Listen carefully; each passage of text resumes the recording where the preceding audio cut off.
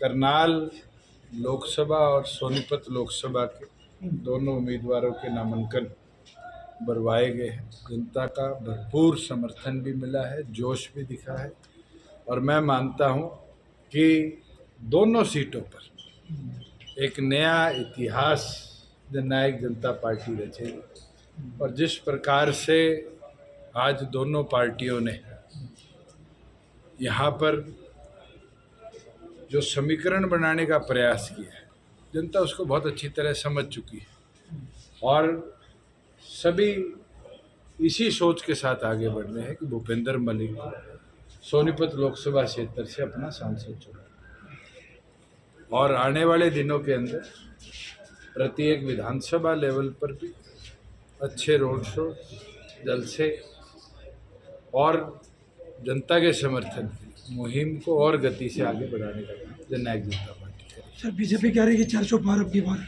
10 दिन हो गए, मेरे को तो भारतीय जनता पार्टी के किसी नेता के मुंह से 400 पार नहीं सुना। ये तो घबराहट है उनके मन के अंदर कि अब 400 पार का नारा छोड़कर मंगलसूत्र की बात करी जाती है, देश तोड़ने की बात करी जाती है। ये विचलित हो रहे और विचलित होना साफ दिखाता है कि कमज़ोर हुए। दक्षिण से जो हवा चली है, हरियाणा आते आते तो शायद छठे चरण में ये 400 पार की बात 200 पे लाकर छोड़ने का काम ना हो।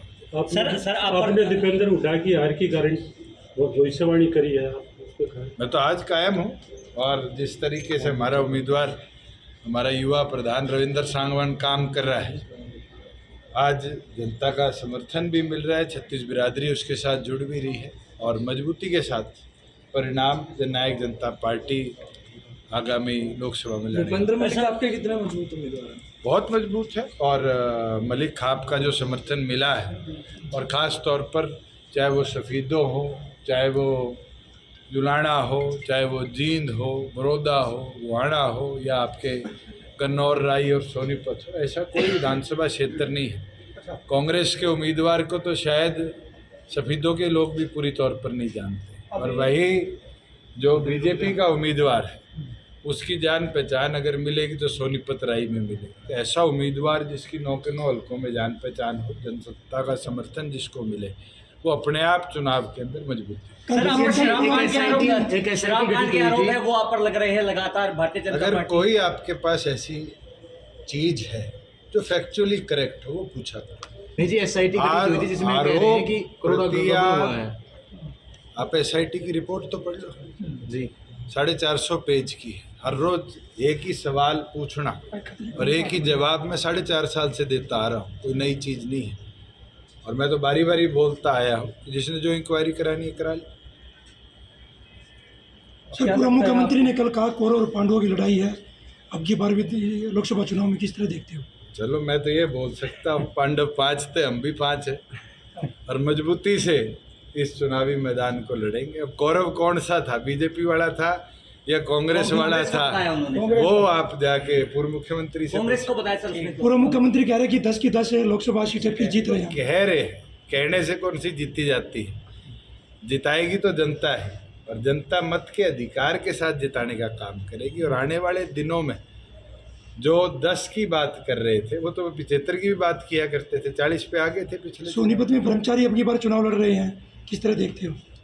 भारी कैंडिडेट है, हरियाणा का तो वोटर भी नहीं है और ना जनता जानती। मुझे नहीं लगता कि अपनी जमानत भी सोनीपत लोकसभा में बचा। तो आपने एक बड़ा आरोप लगाया है भूपेंद्र हुड्डा पे कि वो पुत्र मोह में अंधे हो चुके हैं। कोई पहली बार हुए हैं।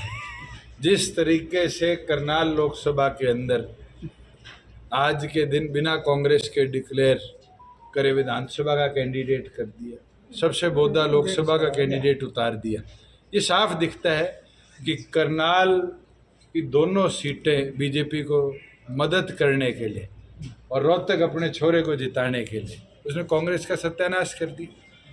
कुलदीप शर्मा का बेटा तैयारी कर रहा था, कड़े गया। आपके यहाँ से इतने सालों से सुरेंद्र दैया तैयारी कर रहा था, कहाँ गए? आज के दिन किरण चौधरी जी की बेटी श्रुति चौधरी तैयारी कर रही थी, कड़े गई। आज के दिन कैप्टन अजय यादव तैयारी कर रहे थे, कड़े गए। तो ये पुत्रमोह ही है, जहाँ औरों का पत्ता काट दिया अपने छोरे को जिताने के लिए। सर, किसान आपका विरोध है वो कर रहे हैं, आपने कहा कि इन्हें मेरा लोगों तो को मिला। 3 दिन पहले बडेसरा में 4 छोरों ने विरोध किया था और उसमें एक इनेलो का पदाधिकारी था। वीडियो नहीं देखी तो मैं भेज दूंगा। जब मैंने उससे पूछा तो इनेलो, मैं कहता हाँ हूँ, विरोध कर रहा है, तो कहते जी आपने मेरे भाई की ट्रांसफ़र नहीं करे। अगर इस सोच के साथ विरोध है तो फिर ये साफ है कि किसान की वेशभूषा के अंदर आज पॉलिटिकल पार्टी के लोग कहीं ना कहीं भ्रमित करने का काम कर रहे हैं। और लोग समझ रहे हैं, दिन प्रतिदिन समझ रहे हैं कि इलेक्शनों के अंदर इस तरह से भ्रमित कर कर वोटर को विचलित नहीं कर। जब आप सरकार के हिस्सेदार थे और आज जो है फसल आ रही है मंडियों में, कितना अंतर मानते हैं? क्या पेमेंट आप बता दो, गुहाना मंडी खाली हुई आज तक तो नहीं हुई। और जिस तरह के हालात हैं, 60-62% प्रदेश में लिफ्टिंग हुई है, अभी भी अनाज पड़ा है मंडी के अंदर जो खरीदा नहीं गया। ये साफ दिखाता है कि मेयर फेलियर है। और नए मंत्री को या नए मुख्यमंत्री को अभी तक शायद ये समझ भी नहीं आया है कि किस तरीके से जो फसल खरीद की प्रक्रिया है वो चलती है। ये सीखना बहुत ज़रूरी है। ये बहुत लंबा प्रोसेस है। हमें भी 4.25-4.5 साल लगे थे, जिसमें हमने किसान को 2 दिन में पेमेंट देने की व्यवस्था बनाई, तुरंत उसकी खरीद की व्यवस्था बनाई। आज आप उठा के देखो, सरसों की 22 दिन हो गए, आज तक पेमेंट नहीं आई। 17 दिन हो गए किसानों को गेहूं मंडी में गेरे, आज तक पेमेंट नहीं आई। ये दुर्दशा क्यों बनी? ये इसलिए बनी कि किसान की सोच के लोग अब सरकार में। हरियाणा की जो 10 लोकसभा सीटें क्या उम्मीद नहीं जेजेपी की? मैं ये मानता हूँ जहाँ जहाँ त्रिकोणीय मुकाबला होगा, जनता वहाँ जननायक जनता पार्टी को जिताएगी। देवेंद्र सांगवान हो, भूपेंद्र मलिक हो, देवेंद्र काद्यान हो, राहुल फाजिलपुरिया हो, राव बहादुर सिंह हो या नलिन हुड्डा हो, आज 5 युवा, 2 महिला, 3 बैकवर्ड, SCA और SCB, BCA और BCB, इससे अच्छा समीकरण हरियाणा में किसी पॉलिटिकल पार्टी ने नहीं। और आज 6,50,000 का जो वोट शेयर पिछली लोकसभा में आया था, उससे 3 गुना ज़्यादा वोट शेयर के साथ जननायक जनता पार्टी लोकसभा चुनाव में। Thank you.